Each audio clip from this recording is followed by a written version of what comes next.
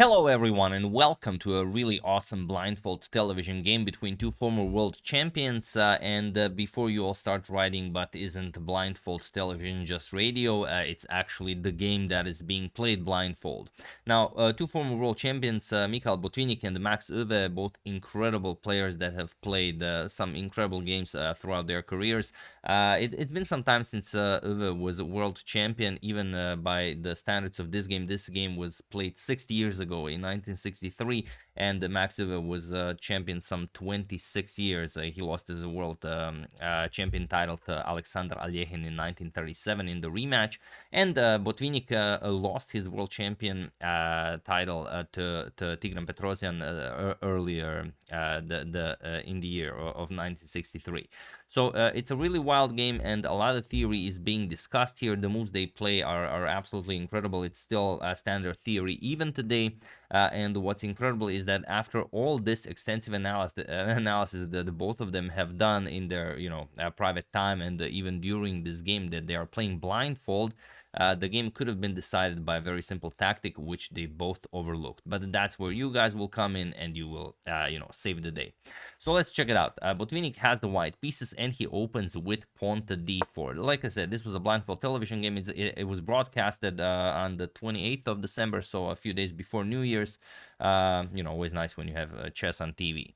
So knight to f6, we have c4, e6, knight to c3, and bishop to b4. Euwe goes for the Nimzo-Indian defense. We have pawn to e3 and pawn to c5, the Huebner variation. Knight to f3, we have b6, sorry, that's not a b6, b5, b6, bishop to d3, and now bishop to b7. All playable even today. We have castles, and now knight to a4. And now this is where things get incredibly interesting. Here, the main move, even today recommended by the engine, is queen to e7. And this is what Euwe played, and this is what Botvinnik played 4 months before this game. He played this game against Mark Taimanov. We're also going to discuss this, but it's interesting that nowadays everyone plays c captures on d4. There's even a game Magnus Carlsen played against Sergei Karyakin in 2011. It was the King's Tournaments website tournament, and the game ended in a draw.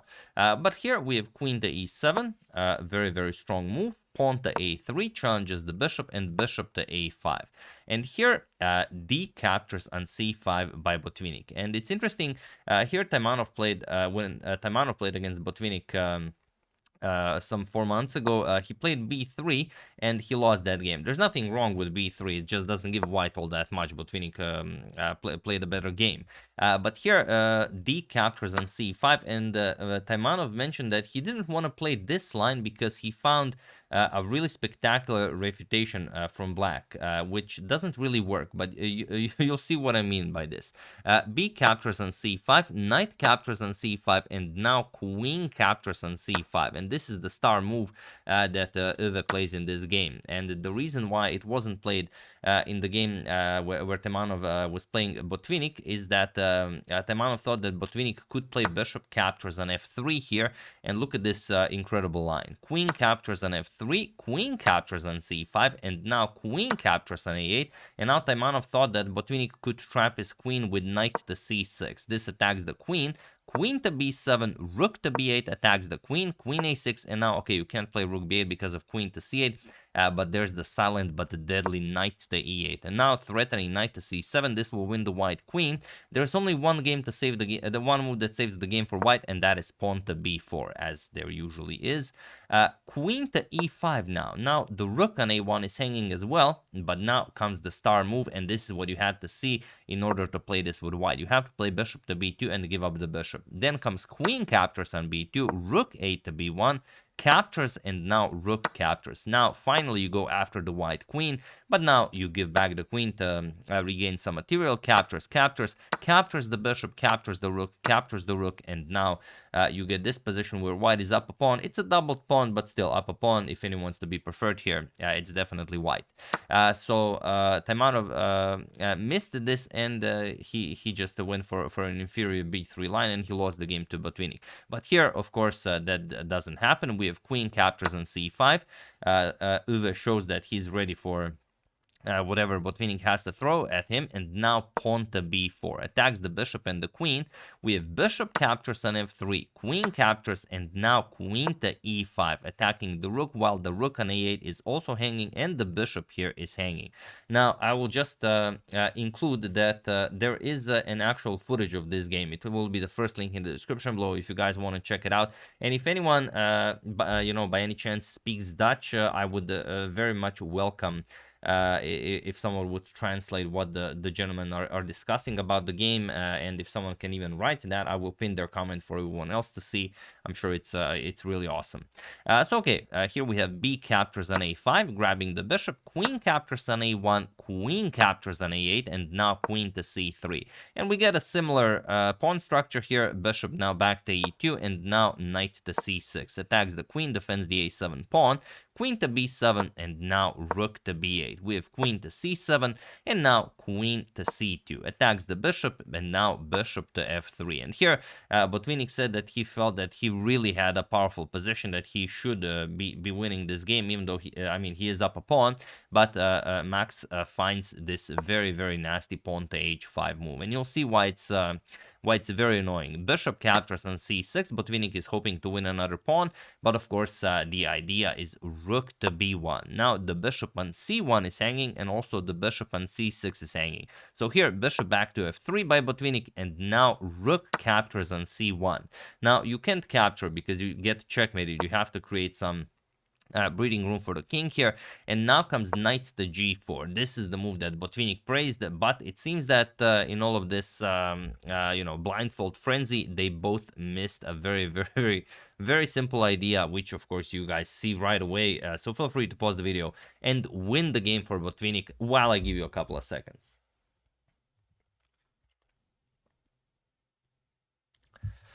So for those of you who were able to do it, congratulations on spotting this wild idea. And for those of you who just want to enjoy the show, it is bishop captures on g4. I'm just kidding. That's what Botvinnik played. That's the move that draws the game. The move that wins the game is queen to b8 with check. Only move for black, king h7. Now comes bishop to e4 check, forking the king and the queen here.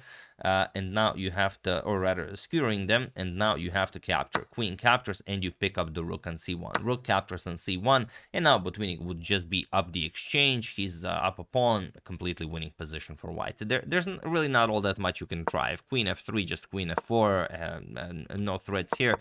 And if you try some wild ideas like knight e5, going for knight to f3 check, still just queen to b1. Attacks the queen here, and you can throw in a few checks, but even king g2, you can even allow a double check here. Knight to e1, a double check, king f1. There's no continuation here. You have to trade queens now, captures, and the rook will of course be much, much better than the knight here. So that was absolutely crushing for Botvinnik. But instead he played bishop captures on g4. He even said after the game that he was really impressed by this setup that Euwe found, and that it should be, perfectly fine. But he missed this very cool idea of queen b8, bishop to e4 check. So he captured here. We have rook captures on f1, king captures, h captures on g4, and now even queen captures on a7.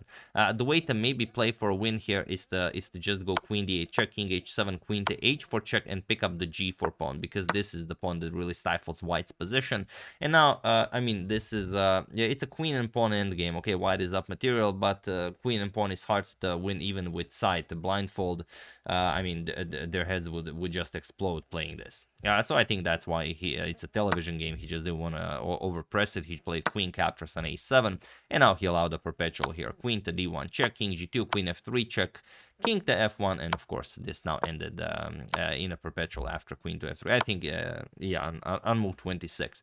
So even though there's a lot to discuss, so many cool lines to actually check out what happens if this, what happens in that, the entire game lasted only 26 moves. So really incredible stuff by two former world champions, Botvinnik and Euwe.